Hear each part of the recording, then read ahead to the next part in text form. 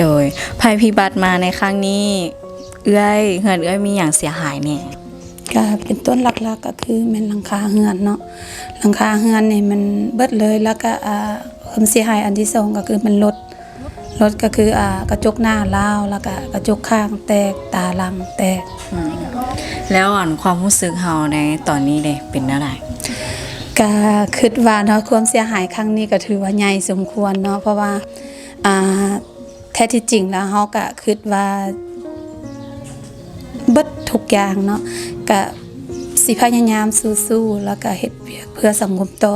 เนาะแม่ก็อายุ80ปลายแล้วแต่ว่าดีแต่ว่าแม่เพิ่นก็ยังมีสติหาแนวมาบังเพื่อป้องกันตัวเองแต่ถึงยังป้องกันตัวเองกับปานนั้นก็ยังถูกลูกเห็บเนาะตกใส่ก็มีเจ็บน้อยนึงคุณมีได้แม่นางอยู่แกนนั่นโอ้บ่คิดตุกทึกแล้วอ่ะถึกน้อยนึงถึงตอนถึงบ่เข็บตอนมันเกิดเหตุแม่ยังบ่ทันเข้ามาในสมะตอนนั้นแม่อันนั้นมันล่มแล้วโอ้ยแบบกูแบวเนี่ยล่มก่อนคุลีมาบาดเดียวเลยมาทันตั้งตัวเลยฉันกลัวจักปุ๊บปั๊บเธอไฟมาแล้วแม่ไฟยังดับอยู่อ่ะนี่เขาใต้นี่ยังบ่เหลือนี่ใช่น้อยเลยเนาะ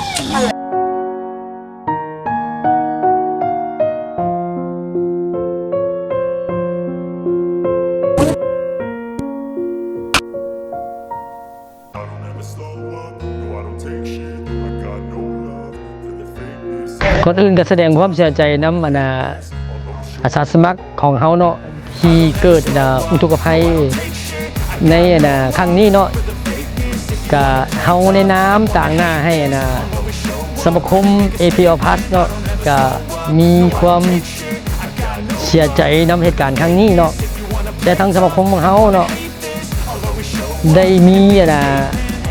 สิ่งเป็นจุดปัจจัยเล็กน้อยจะแบ่งเบาความทุกข์ๆน้ำกันเนาะและก็ทีมงานของเฮามาเบิ่งให้กันจริงก็เห็นว่าครอบครัวของคุณเกียวได้เกิดอุบัติเหตุในครั้งนี้แล้วก็มีความเสียหายหลายพอสมควรเนาะก็ทั้งสมาคมAPL Plusเฮากับมุ่งอย่างนี้แจนสิ่งนั้นเป็นเล็กน้อยเพื่อแบ่งเบาทุกข์ร่วมกันเนาะ